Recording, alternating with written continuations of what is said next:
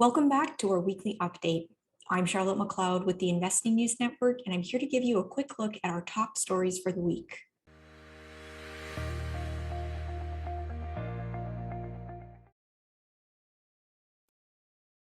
We made it through another week of ups and downs for gold.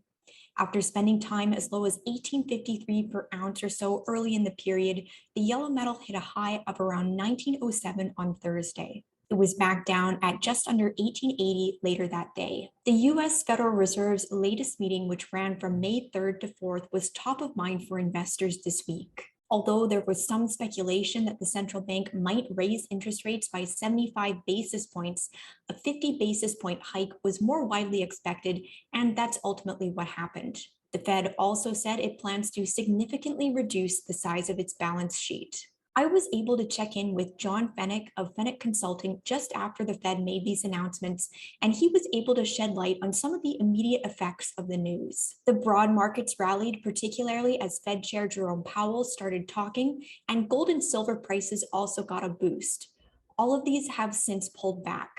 In terms of what's next, John said he doesn't think the central bank can continue to make 50 basis point rate hikes at the rest of this year's meetings. In his opinion, the central bank may use the Russia-Ukraine war as a reason to be less hawkish. Here's how he explained it. The takeaway for us, though, is that you're still looking at 7 or 8 hikes, expected for this year or this calendar year. And that's just ridiculous, in our opinion, if they're going to continue to go 50. They're going to have to go to 25 on a bunch of those, in our opinion, or they're just going to have to skip a few because if you listen to Powell's comments closely, he mentioned a couple of times that they would leave their, reasoning open to any outside events. And that is, I think he's talking about Russia for sure, right? It's like they'll use Russia as an excuse not to be overly hawkish if things go south there. And it's already been an absolute disaster for so many people. So. With the Fed in focus, concerns about a recession in the US are also gaining traction. For our poll this week, we asked our Twitter followers if they think a recession could be in the cards in the country. The poll was ongoing at the time of this recording, but most respondents said yes. We'll be asking another question on Twitter next week, so make sure to follow us and share your thoughts.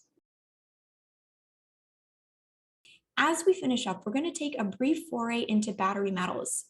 This week brought Q1 results from major lithium miners Livent and Albemarle, with both providing positive updates on the back of rising prices for the commodity. Livent reported a 56% year-on-year increase in revenue for the quarter, with a figure of $143.5 million.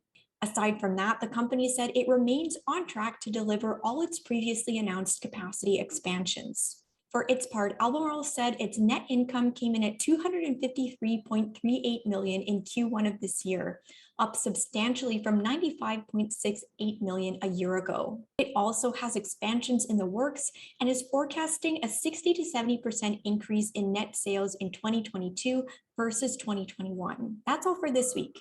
If you like this video, make sure you subscribe to our channel and turn on notifications so you don't miss future updates and interviews. You can also follow us on social media or click below for our free report or any article mentioned in this video. We'll see you next time.